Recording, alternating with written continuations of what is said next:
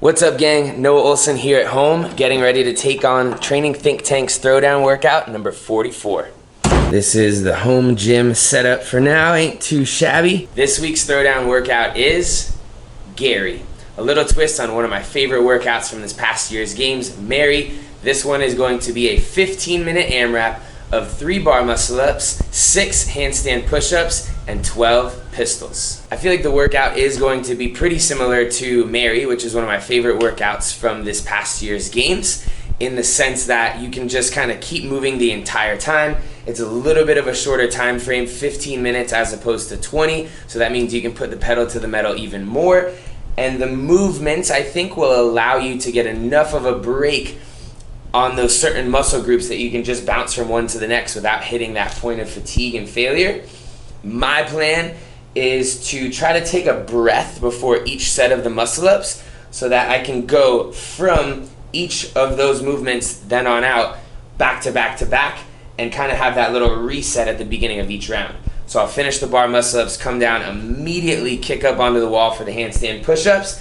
I'm sure I'll start to feel a little bit of tricep fatigue there, and then I'll get to kind of give those a breather when I crank out the pistols. Once I finish the pistols, I'll take one kind of resetting breath before I hop up to start another round on the bar muscle ups. I would imagine that it'll be even a little bit quicker than Mary, in the sense that you'll be able to do the 3 bar muscle ups possibly faster than 10 chest to bar pull-ups.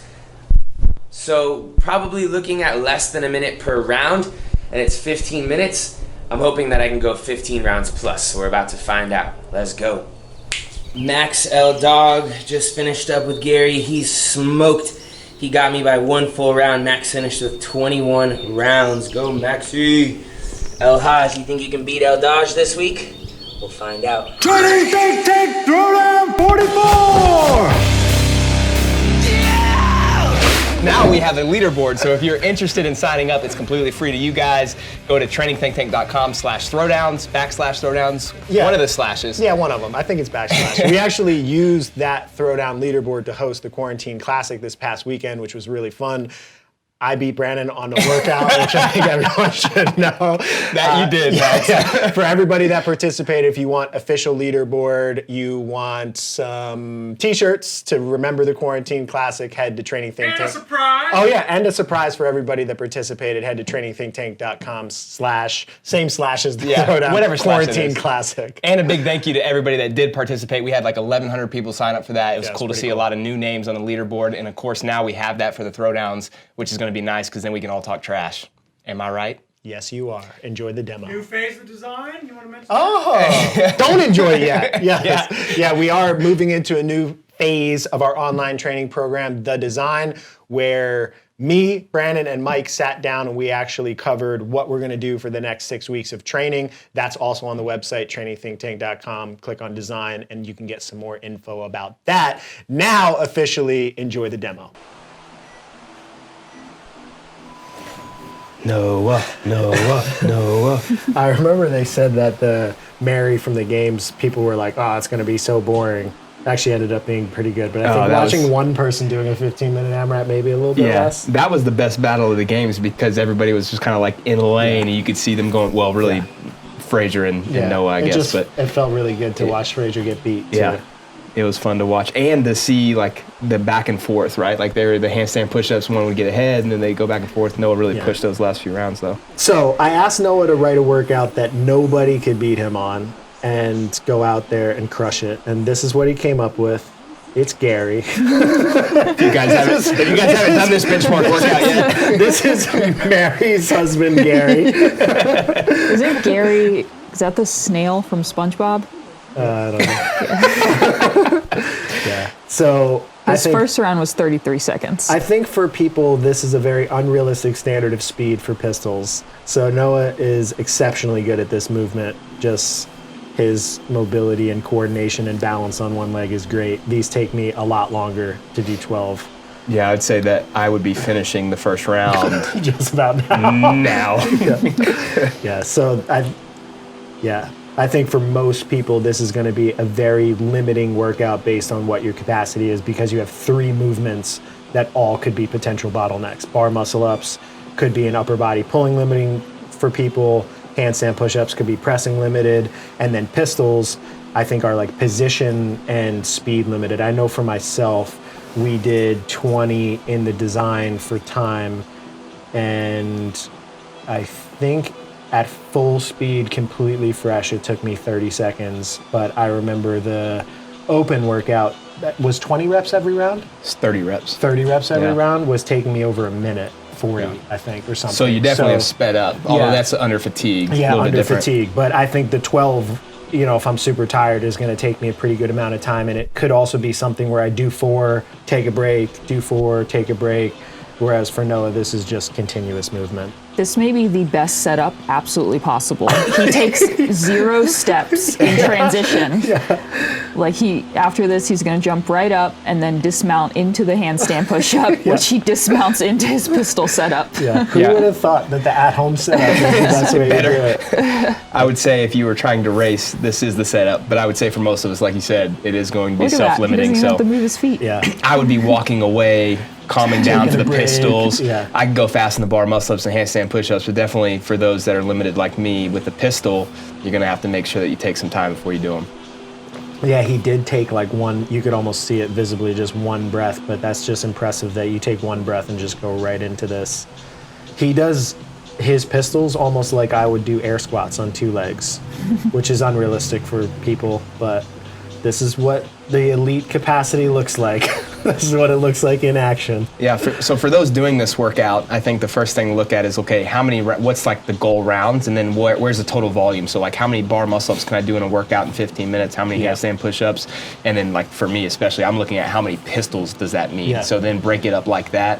What do you think a realistic number is going to be for most people with Yeah, with that? well, I mean, if you think 30 bar muscle-ups for time, I feel like a pretty good CrossFitter. Like, obviously, elites now do that unbroken, but somebody who's just, like, competitive in the open, if you're talking about 5 minutes, 4 to 5 minutes, that's, like, pretty good. You're doing 6 on the minute for 5 minutes. Like, that's obviously not great capacity, but pretty good. I think the limit for people as you start to get extending past that is probably going to be like 50 muscle ups. I mean, for most people in a singular session. So what's 50 divided by 3? 48 divided by 3 would be... Yes, 12 or 51 divided by 3, 17 total rounds. So 16 rounds. But if you take 16 rounds of bar muscle ups, that's not the same as 16 rounds of pistols. So 16 times 12 is a lot. 16 by 12 is 192 pistols in 15 minutes. That would make my legs very sore. The remember 90 in the open made me sore for... That wrecked a lot of people. That made me sore for a week. I remember doing the nasty girls workout that had 150. That was the most I've ever done in a workout back in, I don't know, whatever year that was. And that was like brutal. So he's going to do 20 rounds here. Especially if you're... He's just going to make us feel shame for our capacity. Pistols are a movement that, like, if you're not keeping up with your volume on them, like nothing else, I feel like nothing else prepares me for the soreness of them aside from just pistols. Yeah, like other you have to do squatting them. or lunging doesn't do it. I did hear, I think I heard an interview, Rich Vroning has a sore knee and he doesn't train them unless they come up in a competition, which I find super impressive because he's really good at them. He's really good at everything. Yeah. But I know also for Noah, truthfully, if he's going 240 pistols in this workout in 15 minutes or more, I don't do that in his normal training volume. So I think if you have good positions, it might not be as stressful. So for those that do not have good positions, we have some skill programs in the design that basically those that are in there can obviously do, which is our online program. But Max, since we're talking to a larger audience, what are some of the things that you would look for in the pistol? And then how would you try to clean up some of the movement patterns to make them more efficient? Well, I think the first thing is you got to warm this movement up pretty well. So I know for myself, if I just sit down with my feet together and both knees together and heels together and put a weight on my knee and I sit down in the bottom position for like I do usually 1 minute intervals, 3 1-minute intervals. That helps me loosen up my joints and my end ranges to the point that I can do these at a much higher standard. So getting your ankles and knees ready for that level of compression, I think, is super important, instead of just like doing a general warm-up and assuming that you can just jump into a pistol. The movement just requires so much end range that a good warm-up is good. Let me cut you off just real quick, because this is something that I've dealt with. For those that have really bad positions, don't just start with like 1 minute holds in the bottom. You're gonna have to work your way up, because one, it can cause some soreness, and then two, I found that you create more tension. You like start shaking and creating a lot of tension in that bottom position, and then it just gets super sloppy. So what's a time domain? So like what I started with is like 10 seconds, and then but I just add more sets, right? So then I can still overall get close to that volume, but just not at one time, because I get really sloppy in the bottom. Okay, so you could do less time, and you could also do them incrementally loaded. You can just hold on to a pole, then you could add weight. I just generally do things potentially more aggressively. I'm also you have good positions very in the bottom. mobile. So if I am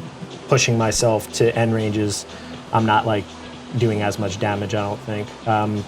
Then the other thing I think is timing of the hands, which I don't think people think about. So if you watch Noah's rhythm, his hands come back and he throws them out in front of his center of gravity, and he times that.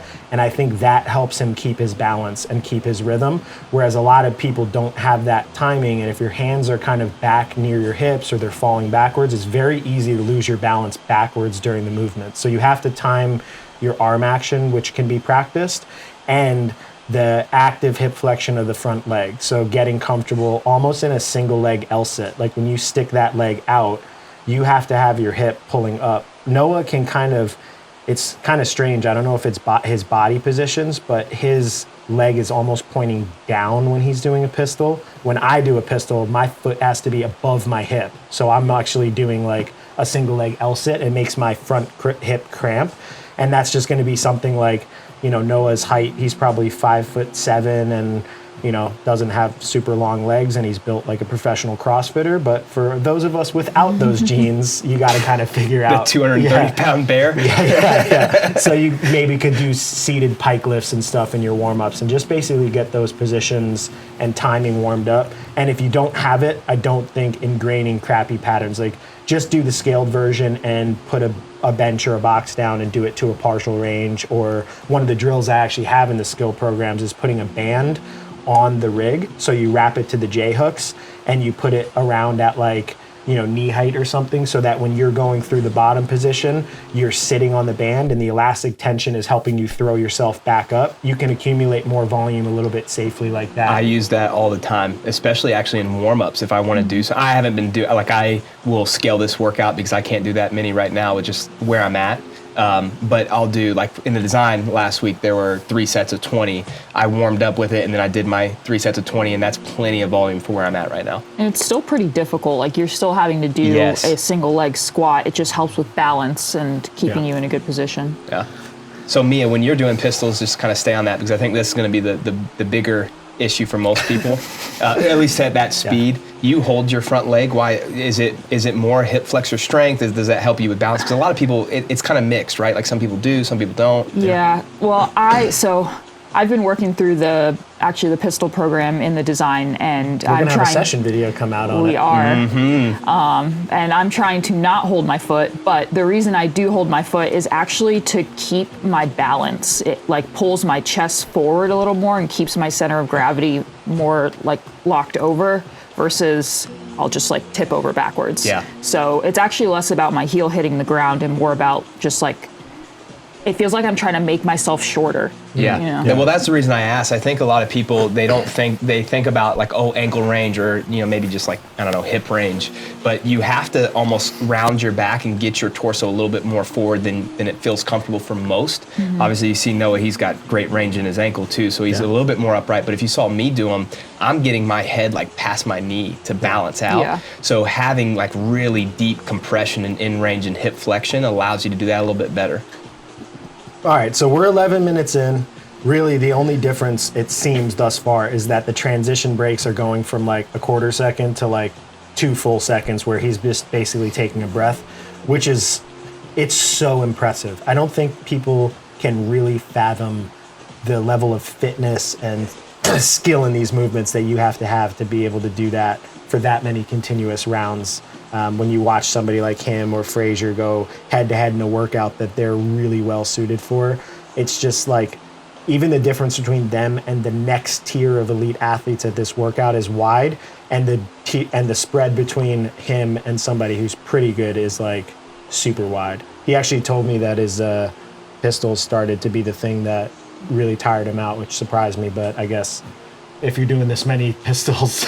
I was just going to ask you what his feedback was on the workout. Yeah, he said that the pistols he said it actually was way more breathy than he thought. He's also doing his workouts now outside in Miami, and it's hot and very humid there. He's under the shade, so he's not in the sun, but I'm sure that's a little bit different than the peak environment that had AC and the environment of training that he had when he was up here. They have AC there? Yeah, they got AC in there. I don't know if I like that. I went in there, though, and Guido came over to me, and he was like, man, you look like somebody who's training without AC. I'm like, doesn't feel like there's AC on here. There's a puddle around. When do you not have a puddle around you? That's true. Oh, man. Going back to talking about just like the differences in the high level athletes in the sport, and then kind of like that middle range, I always equate this to, and people probably won't appreciate it, but you will. Max will, since you guys can't see us, is watching a professional golfer hit like a drive and then going and hitting it yourself, right? And seeing the difference. It really is just, it's extraordinary. And so the same thing when everyone does this workout, and let's say you get 12 rounds, you think, well, he did 8 more rounds, whatever it may be.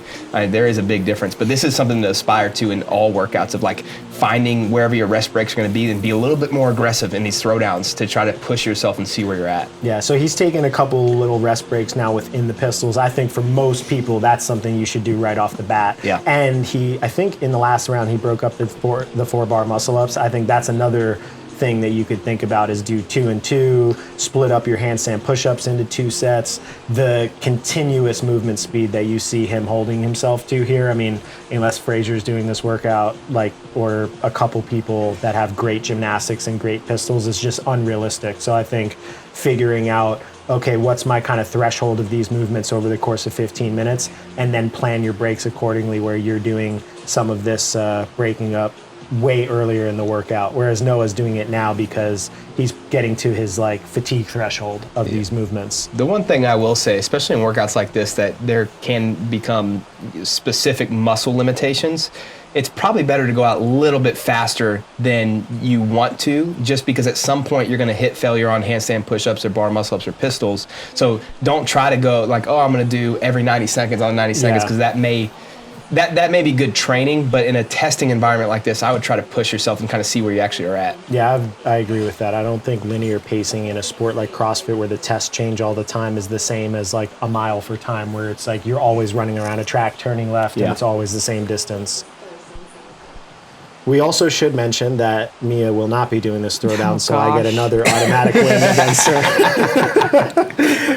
Are you going to do this one? No, yeah. I'm going to scale it. Right, so I'm the fittest coach, at least in this discussion. What if I did 12 air squats each time? You think I'd get 20 rounds? You do 34 air squats around. See if you can do 600 air squats in 15 minutes. Oh, crush me.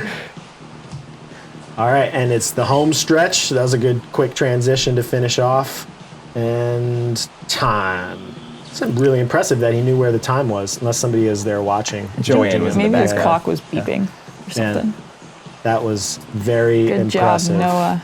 Well, I just finished up with Gary. It's kind of my heart rate and my breathing that slowed me down. And believe it or not, the pistols was where I felt held up the most. I think if I were to give you guys some advice and change my own strategy, rather than trying to take a breath after the pistols before the bar muscle ups, I might have, going back, broken the pistols in half, because that's where I felt like I was really starting to struggle. Take a quick breather at the 6 rep mark, finish the pistols, and go right into the bar muscle ups. For me, 3 bar muscle ups every round was easy enough that I could get them done without any hesitation.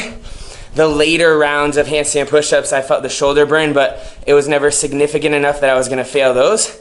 So the pistols were really what started to get me. My quads were burning up, my low back a little bit.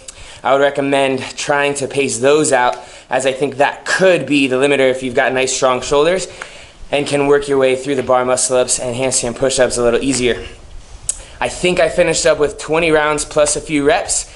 Go get it, guys. Good luck. Can't wait to see some of your scores on the leaderboard. Peace. It's a wrap, you know what I'm saying? Your boy Project Pata in this thing, man. Hey, look, man, thank y'all for watching Training Think Tank's YouTube channel. Y'all hit that motherfucking subscribe button, you know what I'm saying? So y'all go ahead, man.